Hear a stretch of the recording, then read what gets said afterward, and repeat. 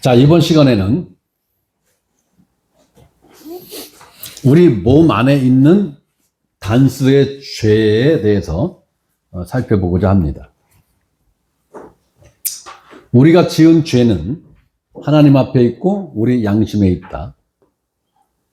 이 두 곳에 있는 죄는 바로 예수 그리스도가 십자가에서 흘리신 피로서만이 완벽하게 해결되었다라는 부분을 제가 이제 말씀을 드렸고, 그럼 단수의 죄는 어디서 어떻게 활동을 하고 있는가라는 거예요. 이 단수의 죄는 어디서 어떻게 활동을 하는가.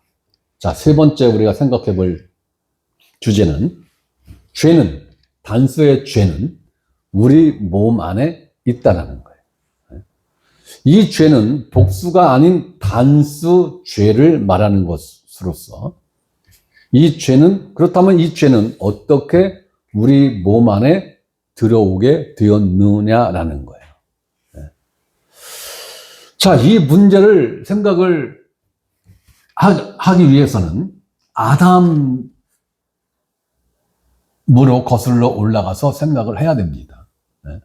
그래서 제가 처음에 아담이 어떻게 해서 죄를 짓게 되었고, 아담 한 사람이 죄를 지음으로 아담을 통로로 해서 죄가 들어오고, 그 죄를 또 통로 삼아서 무엇이 들어왔다고 그랬어요? 사망이 들어왔다라는 부분은 제가 상세하게 설명을 드렸죠. 그래서 그때 지나치다 할 정도로 상세하게 설명을 드린 거예요.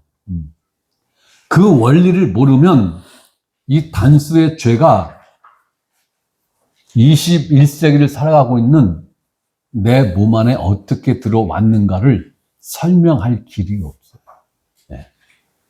이해를 할 수 있는 방법이 없어요. 그래서 우리가 선행적으로 그 부분은 설명이 충분히 됐기 때문에 이 시간에는 긴 시간을 들여서 설명하지 않고 간략간략하게 제가 말씀을 드려도 여러분들이 충분히 이해를 하실 수 있을 것입니다.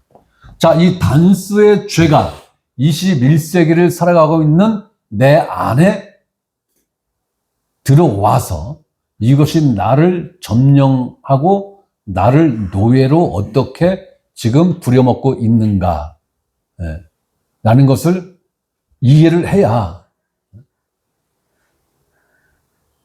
이 단수의 죄로부터는 자유해져야 된다.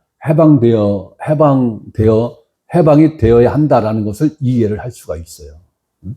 자, 최초의 사람 아담은 죄가 없이 창조되었다고 말씀드렸죠.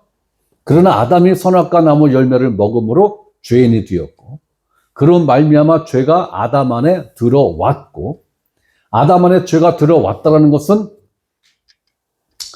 아담 안에서 법죄와 본성화가 되었다는 것이에요. 단순히 아담 안에 들어왔다라는 그 차원을 뛰어넘어서 아담 안에 법죄와 본성화. 이건 뭐예요?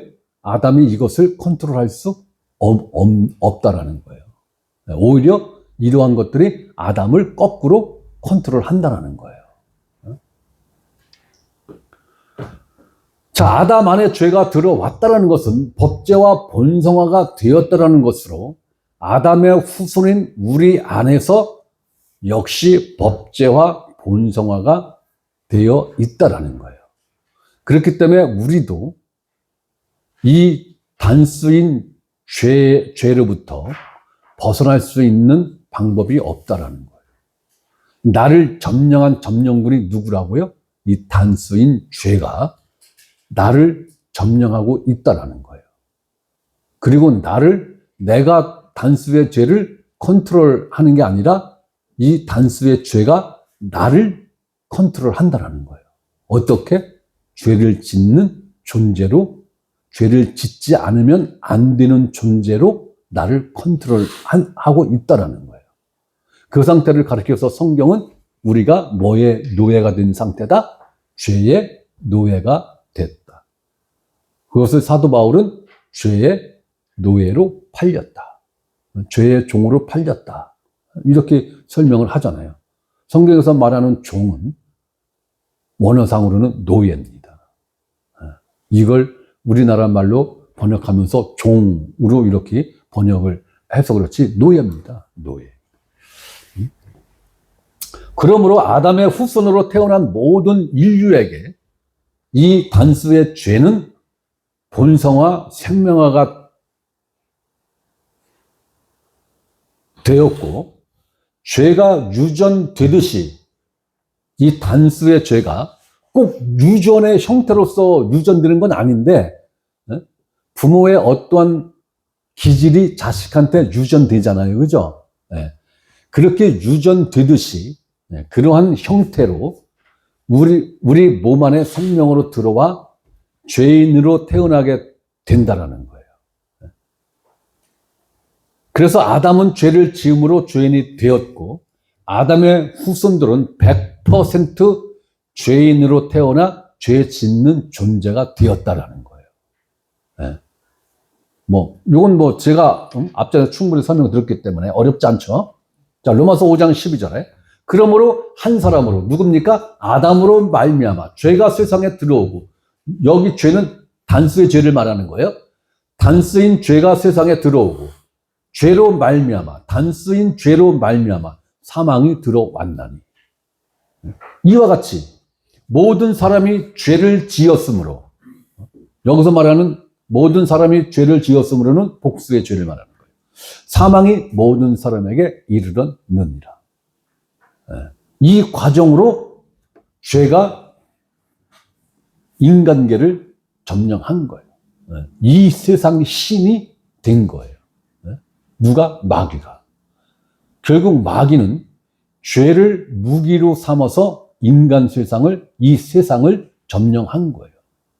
그리고 하나님이 준 모든 왕적 권한, 그 권위 모든 것을 아담은 누구에게 상납한 거예요? 사탄에게 상납하고 스스로 그 종이 된 거예요. 이렇게 죄가 우리 몸 안에 본성으로 들어왔고, 이 죄가 주인이 되었고, 나는 명령권자인 죄의 노예로 사는 존재가 되었다라는 거예요. 그렇기 때문에 우리는 이 죄로부터 벗어날 수 있는 방법이 없어요. 자, 로마서 6장 16절, 17절 봅니다. 너희 자신을 종으로 내주어 누구에게 순종하든지 그 순종함을 받는 자의 종이 되는 줄, 노예가 되는 줄을 너희가 알지 못하느냐? 혹은 죄의 종으로, 노예로 사망에 이르고. 17절 중간에 보면 너희가 본래 죄의 종이더니. 본래가 뭐예요? 태생이 죄의 노예로 태어났다라는 거예요. 이것이 내 존재라고요. 이것을 알지 못하면, 이 내용의 말씀을 알지 못하면 평생 죄의 노예로 살아가면서 자기가 노예로 살아가고 있다는 것을 인식 자체를 못하는 거예요. 인식 자체를 못하는 거예요. 그러니까 너희들은 자유해야 돼. 예수님이 너희는 자유해야 돼 라고 하니까 유대인들이 뭐라고 그랬어요? 야, 우리가 누구 노예로 지금 살고 있냐? 우린 노예 아니야. 근데 왜 우리 보고 자유해야 된다고 해? 이렇게 반론을 제기했다고요, 예수님한테. 근데 이것도 다 거짓말이에요. 육적으로 로마 식민지였죠. 그런데 로마 정책은 뭐냐? 어떠한 나라를 정복을 했어도 그 나라 종교 그대로 다 인정해 줬어요. 그러니까 로마의 식민 국가로 유대인들이 살아가면서도 유대인들의 전통, 종교, 사회적인 어떤 습관, 그거 하나도 로마에서 타치 안 했어요. 바꿔, 이런 거, 일본 마냥 언어 바꿔, 생활 습관 바꿔, 머리 바꿔, 옷 바꿔, 이런 짓 안 했다고요, 로마는. 예. 그냥 통치권만 갖고 너희들이 살던 방식 그대로 살아. 이러니까 식민지라는 느낌이 없는 거예요. 식민지라는 느낌이 없는 거예요. 뭐만 없는 게 왕만 없는 게 왕만. 예. 그러니까 우리가 누구로부터 정복당했다고 우리 보고 누구 노예라고 그래? 응? 예. 근데 육적으로도 로마의 식민지였죠. 예. 그럼 영적으로는 죄의 노예인 상태죠. 예. 이걸 바리새인들이, 서기관들이, 율법사들이 일도 모르고 있었던 거예요. 일도. 예. 기가 막힌 거예요. 예? 이것이 율법의 한계라고. 예. 율법의 한계. 예. 율법을 통해서는 복음을 오리지널로 볼 수가 없어요. 예. 흐릿하게 보는 거예요. 흐릿하게 보는 거예요. 율법을 통해서 복음을 유리거울로 보듯이 보는 게 아니라 구리거울로 보듯이 희미하게 보이는 거예요. 희미하게. 그래서 성령께서 바울의 눈을 확 열어주니까 그 율법을 통해서 복음이 돋보기 쓰고 보듯이 선명하게 보이는 거란 말이에요. 그러니까 우리의 눈도 성령께서 열어주지 않으면 복음 안 보여요. 1.1획도 안 보여요, 복음. 반드시 성령께서 우리 눈의 비닐을 벗겨주셔야 그때서 비로소 복음이 보이기 시작하는 거예요. 사울의 눈도 성령이 열어주셨죠? 그 엠마오로 가는 두 제자들, 예수님이 복음을 얘기해주고 해도 몰랐죠? 그때 예수님이 딱 튕겨주니까 그때 아하, 이게 복음이었구나. 그때서 이해했죠? 그 원리는 이 시대도 똑같이 적용되는 거예요. 성령께서 귀를 열어주시고 눈의 비늘을 벗겨주지 않는 한은 이 복음 1.1획도 안 보이고 들을 수도 없어요. 그런 면에서 우리들은 어쨌든 선택된 존재들이에요. 다른 사람들은 난 모르겠어. 어쨌든 우리들은 그런 면에서는 100% 선택받은 존재라는 거예요. 자, 로마서 7장 14절. 우리가 율법은 신령한 줄 알거니와 나는 육신에 속하여 죄 아래 팔렸도다. 죄 아래 팔렸도다. 이건 뭐예요? 죄 아래 팔렸다라는 게 뭐예요? 죄의 노예가 됐다는 얘기죠? 죄의 노예가 됐다라는 거예요. 죄의 노예가. 이러한 존재가 나라는 거예요.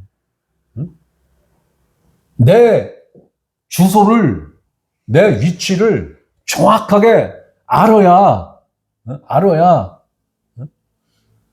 앞으로 내 행보가 어떤 쪽으로 어떻게 가야 된다라는 그 방향성을 알 수가 있잖아요. 내가 죄에 팔렸다면 나의 실제 소유권자가 누굽니까? 죄죠? 죄예요. 그러니까 나의 소유권자인 죄가 죄져 하면은 그거 거부할 능력이 나는 없다라는 거죠. 그 명령을 거스를 수 있는 그 힘이 나한테는 없다라는 거예요. 그러니까 내 안에 있는 법제화가 되고 본성화가 되고 생명화가 된 이 죄가 죄져라고 발동을 걸면 어떠한 형식으로든 죄를 짓는다라는 거예요.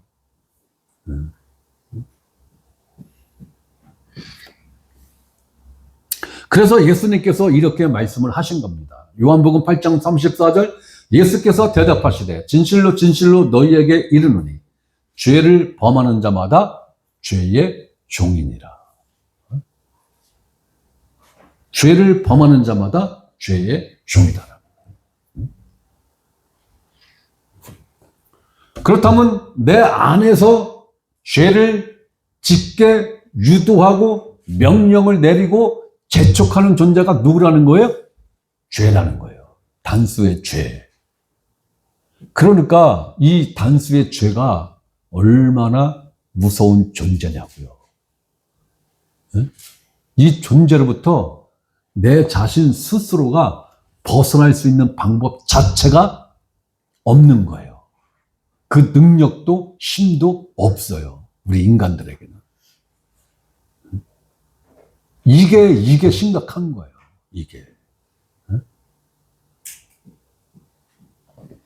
그러니까 예수 그리스도의 피로 내가 지은 낱낱의 모든 죄를 다 제거가 됐는데 내 안에서 끊임없이 죄가 발동 걸리고 끊임없이 죄를 생산해내는 이 일이 그쳐지지 않으면 궁극적으로 우리는 예수 그리스도가 그 예수 그리스도의 피로 나의 모든 죄를 용서해 놓은 그 은혜를 100% 누릴 수가 없는 상황이 발생되는 거죠. 네.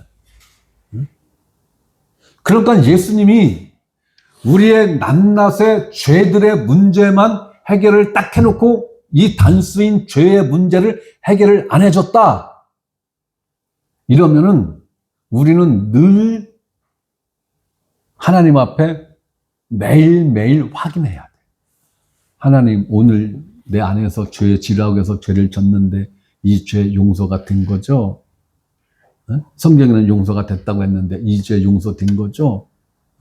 이 죄 또 용서된 거죠? 계속 확인해야 돼. 계속. 그러니까 내 안에서 자유가 확 떨어질 수가 있죠. 자유의 질이 확 떨어질 수가 있다고요. 그래서 하나님께서는 예수 그리스도의 피로 우리의 낱낱의 죄들을 해결한 그 효과를 100% 누리게 하기 위해서는 내 자신 안에서 왕노릇하고 있는 이 권력자로부터 나를 해방시켜 줘야 이 죄로부터의 자유, 이걸 온전히 누릴 수가 있다라는 거예요. 그래서 하나님은 십자가에서 이 두 마리 토끼를 다 해결을 하시겠다라는 거예요. 그리고 예수님을 통해서 완벽하게 이 두 마리 토끼를 완벽하게 잡았죠.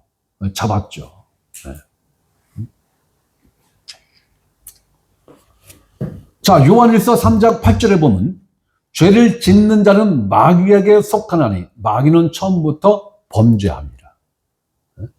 죄를 짓는 자는 실질적으로 누구의 종이라는 것입니까? 마귀의 종이라는 거예요. 실질적으로. 이 단수의 죄를 누가 무기로 사용하고 있다고요? 마귀가 무기로 사용하고 있는 거예요. 이 단수의 죄를. 그 죄의 종로로 탄다는 것은 궁극적으로 마귀의 종이라는 거예요.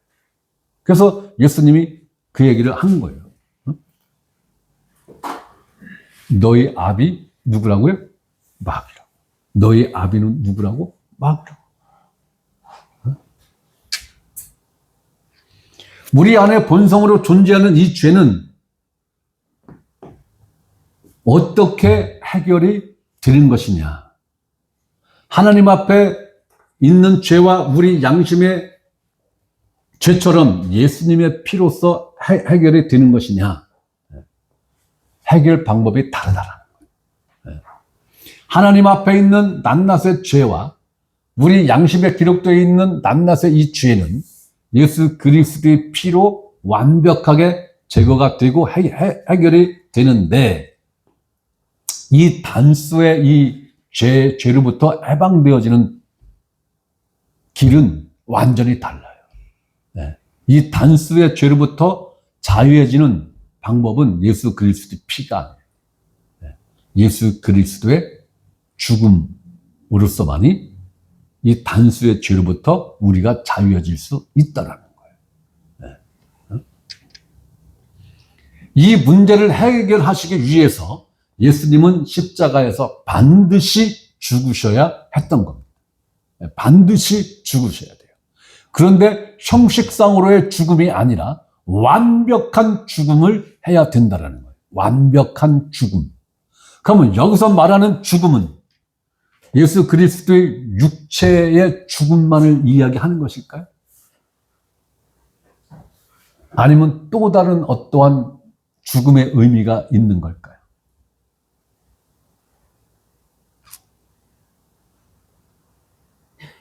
우리 에이스 양영재님은 어떻게 생각하십니까? 거기 왜 앉아 있는 거예요? 네?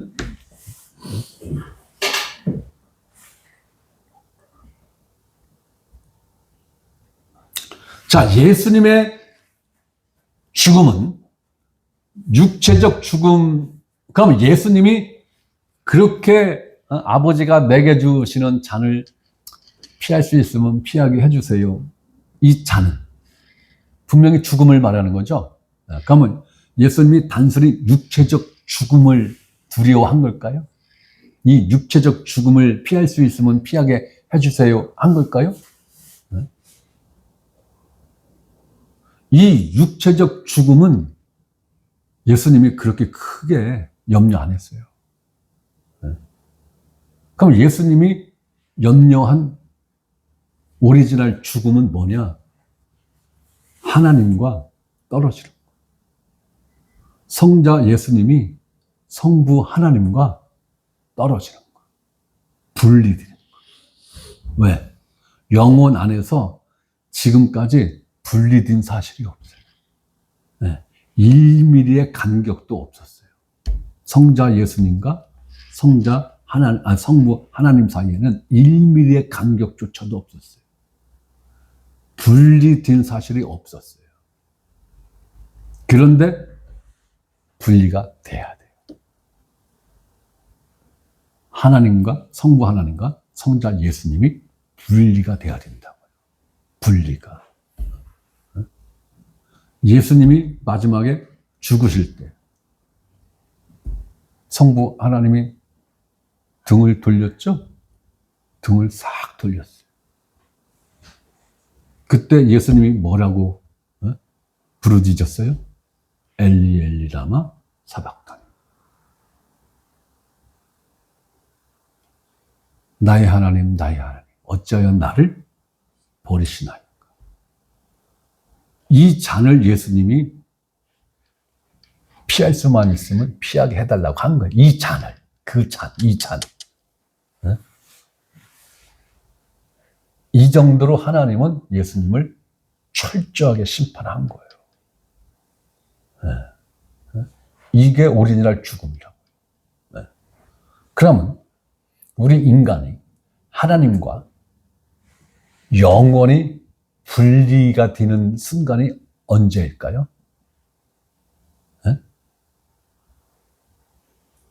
둘째 사망에 떨어지는 순간이 하나님과 우리 인간들 사이가 영원히 분리가 되는 거예요. 이게 둘째 사망이라고 성경이 정확하게 명시를 했잖아요. 그죠? 너희들의 첫째 사망은 별거 아니야. 육체의 사망은 별거 아니야. 그런데 둘째 사망에 들어가면 큰일 나죠.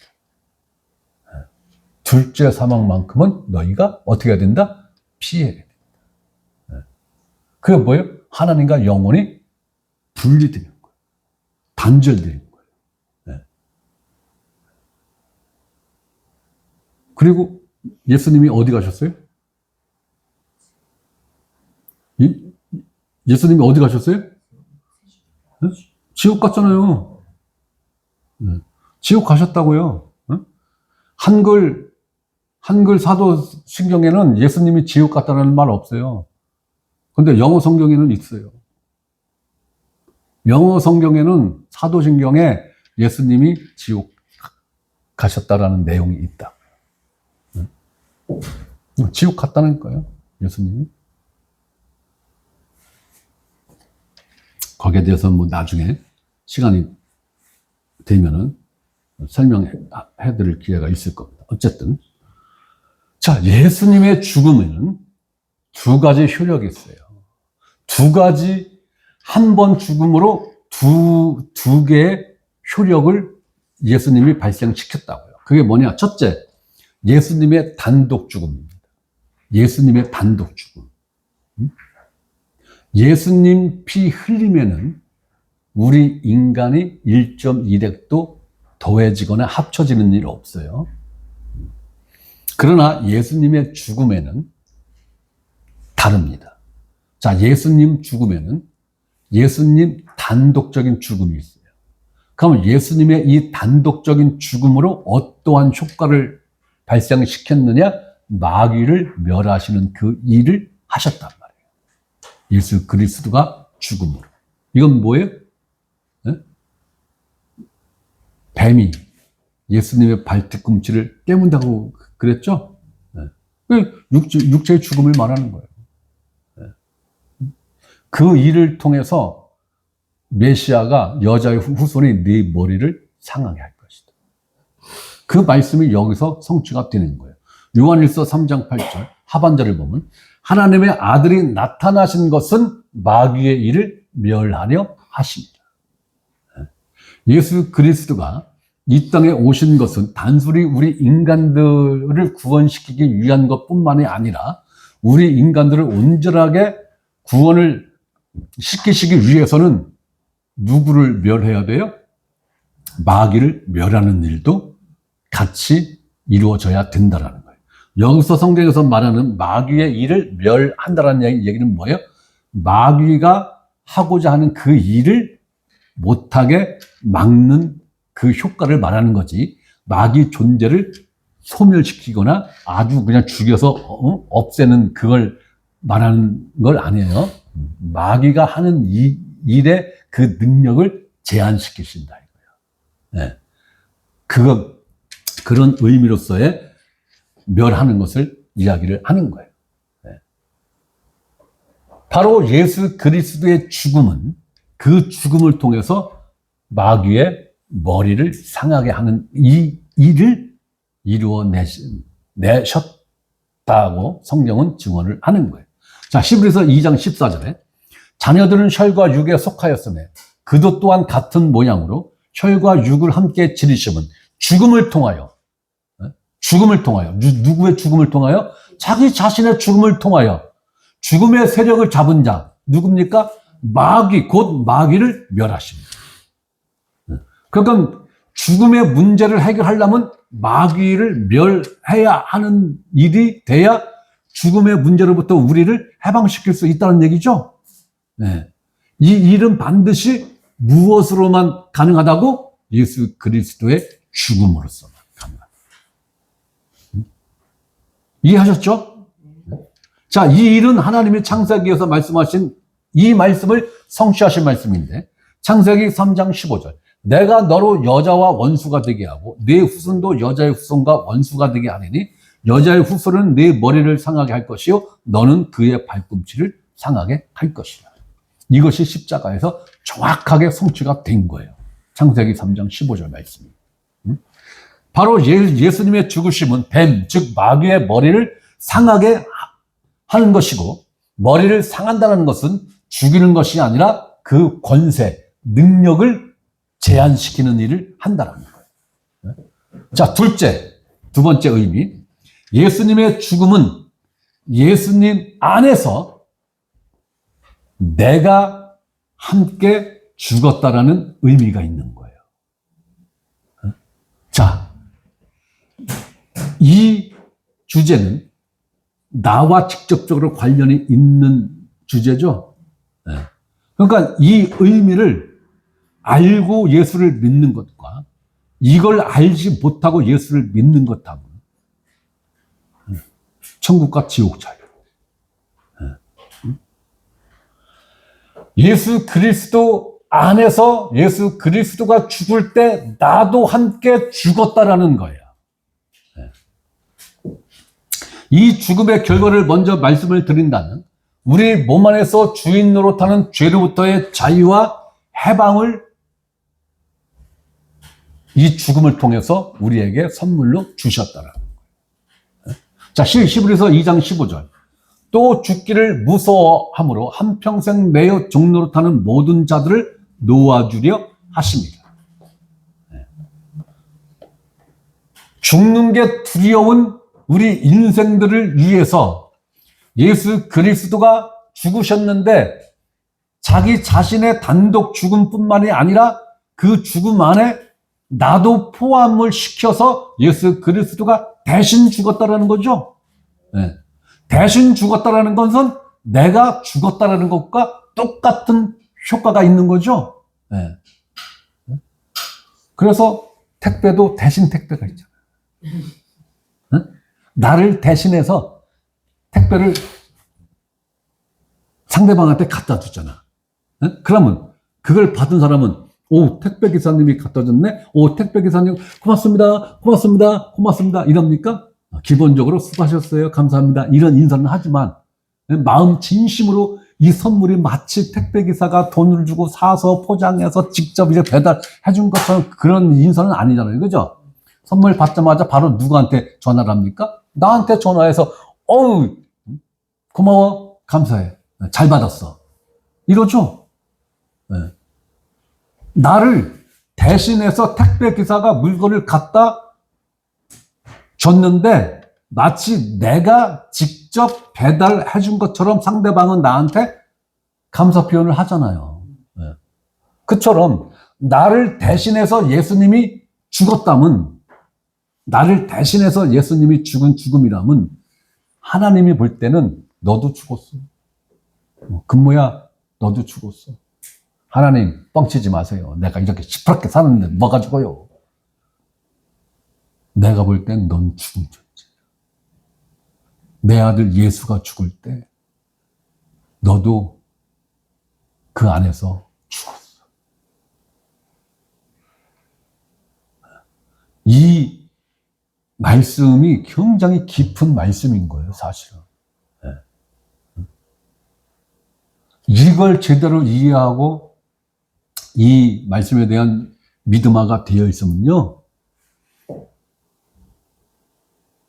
신앙생활 알아서 해, 알아서 한다니까. 알아서 한다라는 의미는 뭐냐면, 목사가 시시콜콜하게 이거 하세요. 집사님 오늘은 이거 하셔야 돼요. 아유 권사님 그거 하시면 안 돼요. 목사가 이런 짓 안 한다니까요. 그럼 목사 대신 누가 그 일을 합니까? 여러분 안에서 성령님이. 응? 옆구리 쿡 찔러. 야, 그거 아니잖아. 왜? 야, 너 이 말씀 생각 안 나니? 아, 그렇군요. 아, 그럼 하면 안 되는 거네요. 응? 본인 스스로 깨닫고 이해하고 본인 스스로 절제하고 인내하게 하시는 이가 누구라고? 내 안에 계시는 진리의 성령께서 그 일을 나와 여러분 안에서 하시는 거예요. 그러니까 제가 여러분들 시시콜콜하게 아이고 누구 자매님 그렇게 하시면 안 되는데, 아이고 누구 형제님 그건 꼭 해야 되는 건데, 이렇게 시시콜콜하게 이렇게 할 것 같으면은 못해요. 못해. 뭘 못해? 직장 생활을 못한다고. 여러분들 쫓아다니면서 잔소리해야 되고, 관리해야 되고, 감독해야 되고, 못하는 거예요. 계속 신경 써야 되고, 계속 전화해야 되고, 안 되는 거예요. 성령님이 그 일을 여러분 안에서 다 하시는 거예요. 다. 여러분 안에 뜻을 두고 그 일을 하게 하시고 그 일을 이루어 나가시는 분이 누구라고요? 성령 하나님이라고. 성령 하나님이라고. 그러니까 여러분들도 그러한 믿음으로 사셔야 되는 거예요. 교회에 와서만 그 스위치 딱 켜서 작동하는 게 아니라, 그리고 교회에 나가면 스위치 딱 끄면 또 배터리가 방전돼서 그렇게 사는 게 아니라, 여러분들 삶 자체가 그러한 삶이라고요. 여러분들이 인정하든 안 하든. 그런데 인정을 하고 살면 그 효과를 다른 광고에 의하면 2배 이상 그 효과를 누릴 수 있습니다. 어떤 유튜브 광고를 보면 뭐 10배 이상을 누릴 수 있대. 그런데 성경은 최소한 30배요. 그죠? 네. 최대 100배요. 네. 이왕이면 100배 누리는 게 좋잖아요. 네. 알면 100배를 누릴 수가 있다는 거예요. 알면. 모르면 1도 못 누려. 네. 그럼 우리가 언제 예수님 안으로 들어갔습니까? 내가 예수 그리스도와 함께, 예수 그리스도가 죽을 때 나도 그 안에서 함께 죽었다라고 하나님이 말씀을 하셨으면, 그러면 내가 예수님 안으로 들어간 사실이 있어야 될 거 아니야. 네. 네? 우리 청년 이해를 하고 있는 거지? 네. 요거 놓치면은 이제 선생님한테 또 배우면 돼. 자, 그럼 우리가 언제 예수님 안으로 들어갔느냐? 이 의미를 이해하려면 구약의 제사법에서 그 전가되는 그 상황을 여러분들이 이렇게 머리로 한번 떠올려 보세요. 내가 죄를 지었어. 그래서 그 죄를 하나님 앞에 속죄받기 위해서는 뭘 끌고 가야 돼요? 근데 내가 부자가 아니야. 네. 그러면 뭘 끌고 가? 양을 끌고 가. 양을. 더 가난해. 영세미녀. 그러면 비둘기를 사갖고 가. 그거보다 더 가난해. 뭐가 찢어질 정도로 더 가난해. 그러면 내가 직접 산에 가서 반구라고 그러죠. 산비둘기를 잡아서 갖고 가야 돼. 어쨌든 뭔가를 끌고 갔어. 비둘기든 양이든 염소든 송아지든 소든 제사장 앞으로 딱 끌고 갔어. 제사장 입회 하에 내가 용서받고자 하는 죄를 내 마음에 딱 품고 제사장한테 가서 제가 속죄받기 위해서 왔습니다. 그래? 그러면 양, 염소, 소는 다리를 딱 묶습니다. 죽일 때 도망가면 안 되니까 네 다리를 딱 묶어요. 끈으로. 그리고 내가 제사장이 손을 얹는 게 아니라 내가 끌고 온 짐승 머리에 내가 손을 얹고 내가 하나님 앞에 용서받고자 하는 그 죄의 내용을 자백하는 거예요. 고백하는 거예요. 그러면 내가 고백한 죄가 이 양에게 곰스란히 전가가 되죠. 그러면 내가 고백한 죄만 전가가 되는 거예요? 나 자신도 전가가 되는 거예요?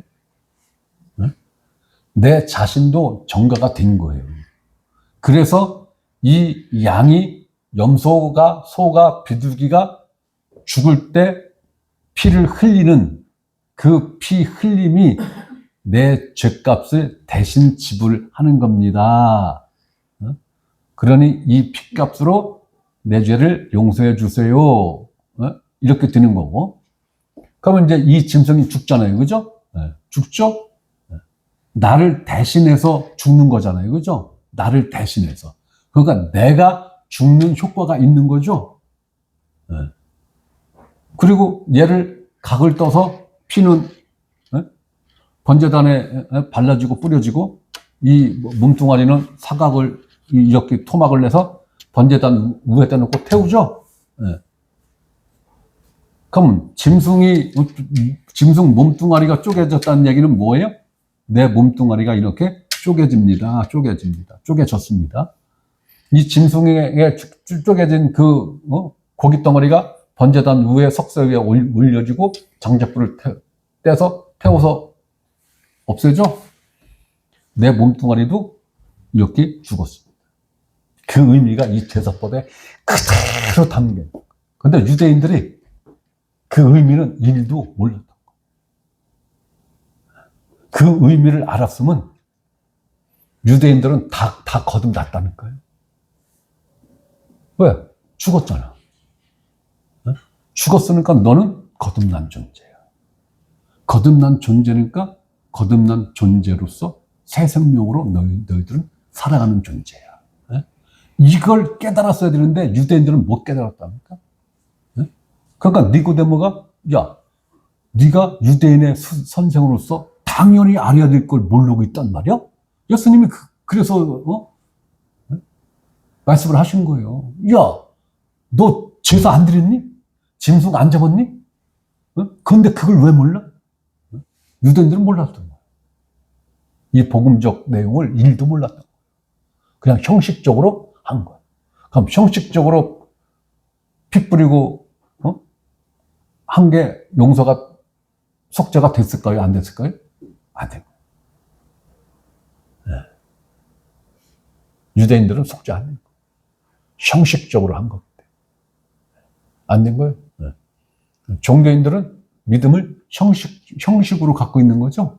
실제가 아닌 형식으로 갖고 있는 거예요. 믿음을 형식으로 갖고 있다고. 그러니까 그 믿음이 효력이 있어요, 없어요? 당연히 없지. 당연히 없지. 그러니까 죽어봐야지. 죽어봐야 알지. 이런 얘기를 하는 거란 말이에요. 안타깝지만. 자, 이렇게 내 죄가 양에게 전가가 드린 것은 내 죄만 전가가 된 것이 아니라 내 자신도 같이 전가가 돼서 양이 나를 대신해서 죽은 것처럼 세상 죄를 하나님이 누구에게 전가시켰어요? 메시아에게 전가시켰죠? 세상 죄를 메시아에게 전가시켰어요. 누가? 하나님이. 그러면 그 세상 죄에 내 죄가 포함이 된 거예요? 안 된 거예요? 포함이 된 거죠? 네. 그러면 그 세상이라는 그 범위 안에 내 존재가 포함이 된 거예요? 안 된 거예요? 당연히 된 거죠. 그러면 내 세상 죄가 예수님에게 전가가 될 때 내 죄도 전가가 된 것이고 그때 나도 예수님 안으로 전가가 된 거죠. 네. 그래서 내가 예수 그리스도 안에 들어간 거예요. 이 원리로. 그러니까 구약 제사법을 하나님이 주신 것은 그 원리를 너희가 알아야 너희 죄가 메시아에게 전가가 되고 너 자신이 메시아에게 전가가 된다라는 이 원리를 쉽게 이해를 시켜주기 위해서 구약 제사법을 하나님이 율법으로 준 거란 말이에요. 네. 이 구약 제사법이 없으면 우리가 예수님에게 이렇게 해서 전가가 됐고 이렇게 해서 예수 그리스도 안으로 들어갔어라는 것을 설명할 방법이 없죠. 네, 없는 거예요. 그래서 율법이 네? 그림자라는 거예요. 네, 모형이라는 거예요.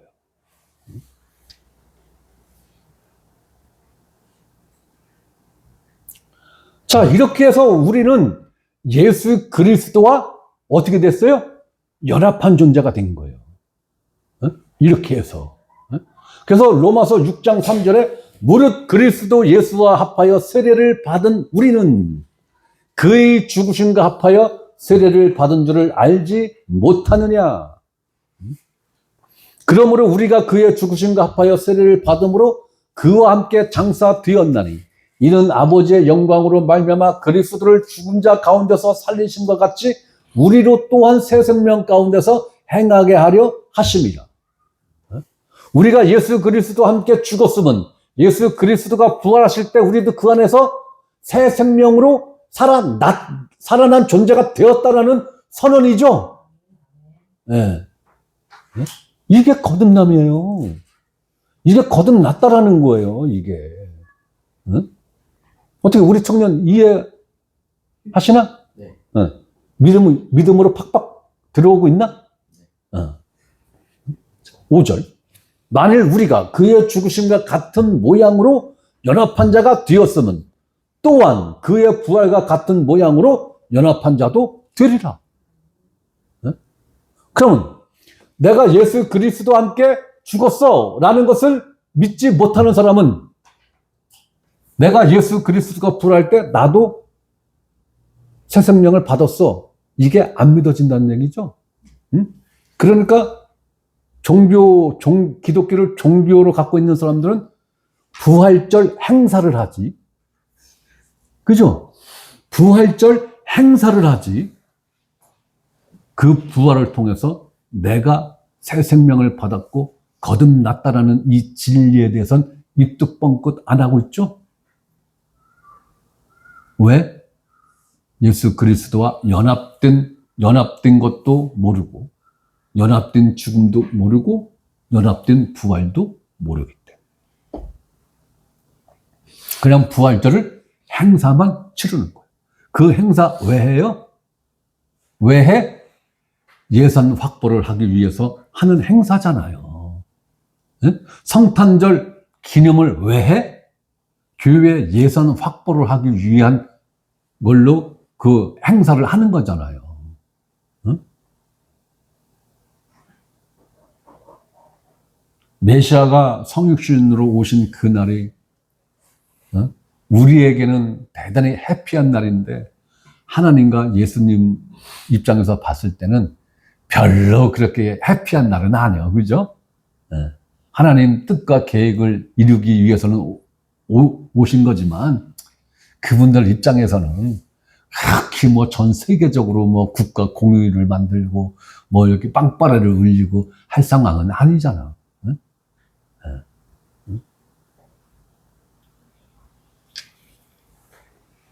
그러니까 우리는 부활절 행사를 하면 안 돼요.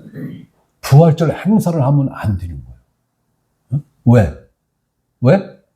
우리는 그 부활 안에 있는 존재예요. 그런데 무슨 행사를 해요? 우리 삶 자체가 그 부활 안에서 살아가고 있는 삶이고 생명인데 그 행사가 왜 필요해? 그 행사를 하는 건 뭐예요? 잊지 말자 6.25. 네?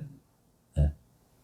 요즘 6.25 행사를 누구만 참석해서 해요? 국가 유공자들만 모여서 행사해.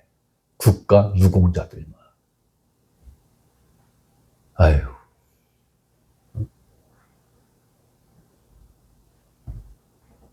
우리는 행사를 하면 안 되는 거예요.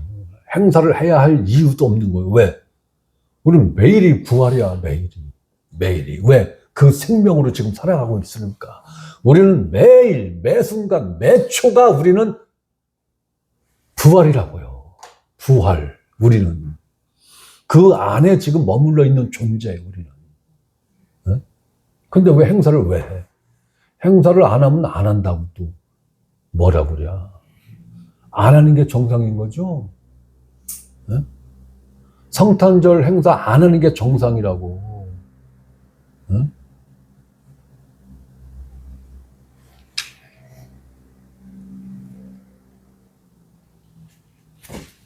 이렇게 하나님은 우리의 죄만 예수님에게 전가시킨 것이 아니라 나 자체를, 우리 자체를 예수님 안으로 전가시켜 예수님의 죽으심과 장사되심과 부활에까지 우리는 예수 그리스도 안에서 예수님과 한 운명체로 만들어 놓으셨다는 거예요. 예수가 죽으면 누구도 죽는 거예요? 나도 죽는 거예요. 거꾸로 내가 죽으면 누구도 죽어요? 예수도 죽는 거예요. 그래서 내가 지옥 가면 누구도 지옥 간다고요? 예수님도 지옥 갈 수밖에 없죠? 아니, 손이 지옥 갔는데 머리가 지옥 안 가요? 가는 거예요. 그러니까 우리는 지옥을 가고 싶어도 못 가. 왜? 예수님이 뜯어 말린다니까. 야, 네가 지옥 가면 나는 어떻게 되는 거니? 나도 지옥 가는데 내가 지옥 가면 지옥이 천국으로 변한다니까. 응? 예수님 그러니까 지옥 가자고요. 거기 있는 사람들도 응? 불구덩이 속에서 영원히 고통 안 받게 다 구원시켜 주자고요. 응? 내 희망상이 그렇다는 거예요. 실제로 그렇다는 게 아니라. 네? 예수님과 우리는 생명 공동체라고. 그래서 몸으로 비유를 했잖아요. 교회를 몸으로 비유를 했잖아요. 생명 공동체인 거예요. 이거보다 더 진한 사이가 어디 있어요. 부모 자식 간에도 생명 공동체 아니죠? 네? 부모가 죽는다 해서 자식이 같이 죽는 경우 봤어요? 없어요. 아마 우리 아들 보고 나 죽는 날 너도 함께 죽자라고 하면은 아빠는 아빠고 나는 나죠. 응? 응? 응? 안 그러겠어요? 응? 부부가 일심동체라며. 그러면 와이프가 죽을 때 나도 같이 자동으로 죽어야지. 내 의지와 상관없이 죽어야지. 이래야 일심동체잖아요. 그죠? 절대로 안 죽어. 절대로 안 죽어. 당신 갈 때 잘 가. 잘 가. 당신 연금으로 내가 조금 더 혜택 보고 살다가 갈게. 이렇게 되지. 어떻게 당신 죽었으니까 나도 자동적으로 죽게. 하나님 그렇게 프로그램을 다시 세팅해 주세요. 이거 시방사항이라도 난 싫어. 안 돼. 안 돼. 왜? 생명 공동체가 아니니까. 그런데 예수님과 나는 생명 공동체라고. 네. 사업 파트너, 비즈니스 파트너가 아니라 아예 생명 공동체라고요. 내가 죽으면 예수님도 죽는 거고 예수님이 죽으면 나도 죽는 거예요. 네? 예수님과 나는 이러한 관계라고요. 이러한 관계. 이런데 구원이 중간에 탈락될 수 있다고? 그렇게 믿는 너나 중간에 탈락돼. 나는 안 돼. 있을 수가 없는 거예요. 이러한 복음의 내용을 알면은 구원이 중간에 탈락될 수 있다고? 종교인들은 탈락되고 자식할 것도 없어. 원래 생명이 없었으니까 원래 종교인들은. 이 원리를 이해하셔야 예수 그리스도의 속죄의 원리를 믿음화시킬 수 있는 거예요. 하나님은 좀 더 구체적으로 우리가 어떻게 예수님과 함께 죽었으며 그 죽음의 결과가 무엇인가를 말씀을 하셨는데 로마서 6장 6절과 7절입니다. 우리가 알거니와 우리의 옛사람이 예수와 함께 십자가에 못 박힌 것은 우리의 옛사람이 옛자, 즉 죄의 종로로 타던 자를 말하는 거예요. 네. 이 존재가 예수와 함께 십자가에 못 박힌 것은 확실하게 못 박혔다라는 거죠. 네? 죽었다라는 거예요. 죄의 몸이 죽어, 죄의 종로로 타는 죄의 몸이 죽어, 죄에 대해 반응할 수 없는 상태를 만들어 놓고 다시는 우리가 죄에게 종로로 타지 아니하려 합니다. 그렇다면 하나님이 나를 예수 그리스도 안으로 전가를 시켜서 나를 예수 그리스도와 함께 죽게 한 그 결과가 뭐라는 거예요? 내가 죄로부터 노예노릇 하는 상태에서 벗어나게 하는 거, 자유해지는 거, 해방되어지는 거, 이걸 말하는 거죠. 이게 성경에서 말하는 거예요. 이게 성경에서 말하는 예수 그리스도의 죽음에 나도 포함이 된 죽음의 의미가 바로 이거라는 거예요. 그렇다면 우리가 예수 그리스도의 죽음을 알아야 되는 거죠. 그리고 그 죽음과 연합된 나의 죽음에 대해서도 정확하게 이해를 해야 이 복을 누릴 수 있는 거죠. 이 복을 누릴 수 있는 거예요. 이 자유를 누릴 수 있는 거예요. 이보다 더 값진 복이 있습니까? 여러분들 1조하고 이 자유하고 바꾸겠어요?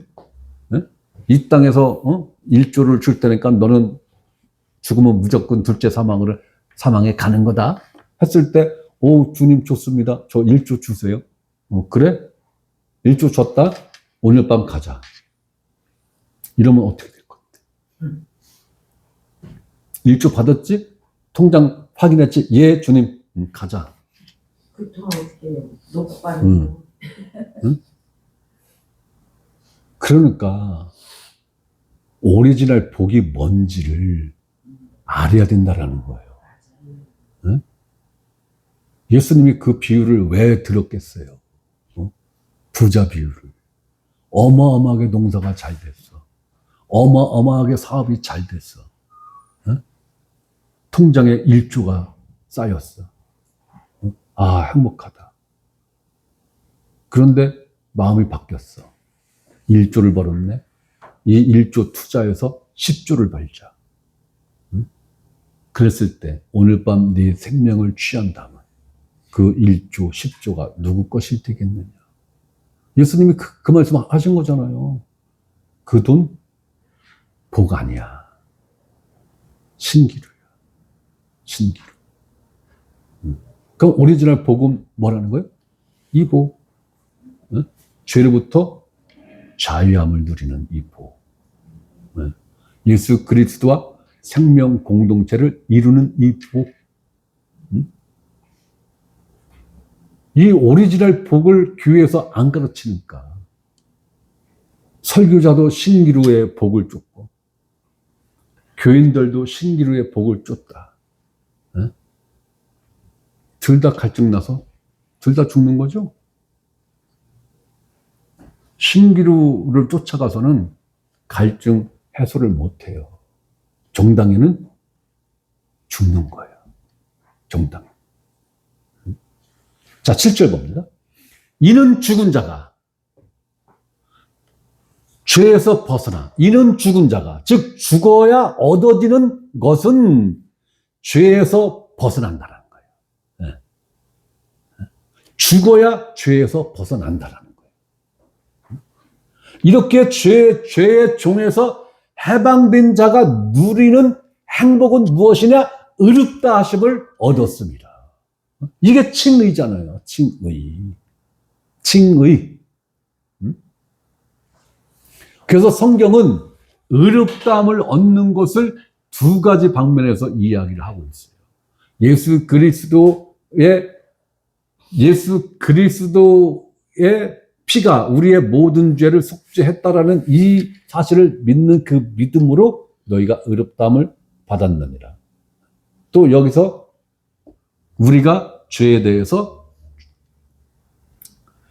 우리가 예수 그리스도와 함께 죽은 그 결과로서 죄에서 벗어남으로 너희가 의롭게 되었다. 이 두 가지를 성경은 이야기를 하고 있어요. 그러니까 이 두 가지의 의롭다함을 다 받아야 온전하게 의롭다함이 되는 거지 않겠어요?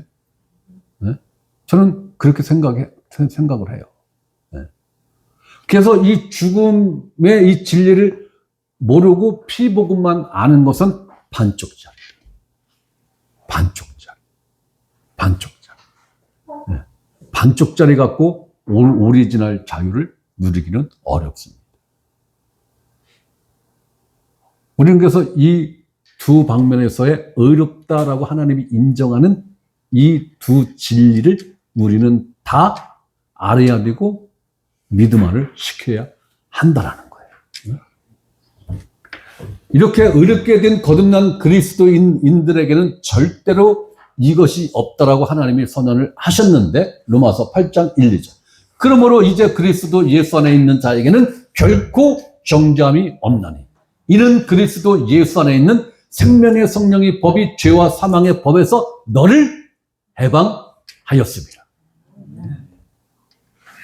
이렇게 자유의 법을 하나님이 선포하신 것으로 인하여 하나님을 우리는 찬양을 하는 것입니다. 사탄은 죽음으로 사람을 공포에 떨게 함으로 그것을 무기 삼아서 사람을 죄의 종으로 삼아서 지배를 하였지만 하나님은 실질적으로 자기 자신을 이 땅에, 자기 자신의 아들을 이 땅에 보내서 죽이심으로, 공포가 아니라 아예 죽이심으로 그 죽음을 통해서 우리에게 무엇을 주셨다? 자유를 주었다. 자유를 줬다. 우리는 이 자유의 가치를 분명하게 인식하셔야 됩니다. 하나님이 우리에게 이 자유를 주셨는데, 은혜로 주셨는데, 선물로 주셨는데, 하나님이 우리에게 이 자유를 주시기 위해서 하나님이 치른 대가는 뭐라고요? 자기 품속에 있는 독생자를 죽였다라는 거예요. 그 죽음은 육체의 죽음에서 끝난 게 아니라 하나님과 성자 예수님이 분리되어지는 완전한 죽음을 통해서 이 자유가 우리에게 주어졌다라는 거예요. 네? 단순히 이론적으로만 그렇게 된 게 아니라 느낌상으로만 된 게 아니라 인류 역사에서 이루어진 사실이잖아요. 네? 예수 그리스도가 십자가 못 박혀서 피 흘리고 죽었다라는 거 부정하는 역사 있어요? 없어요. 네. 없어요. 네. 부활은 부정을 해도 십자가에서 피 흘리고 죽었다라는 거 부정하는 기록은 없어요. 없어요.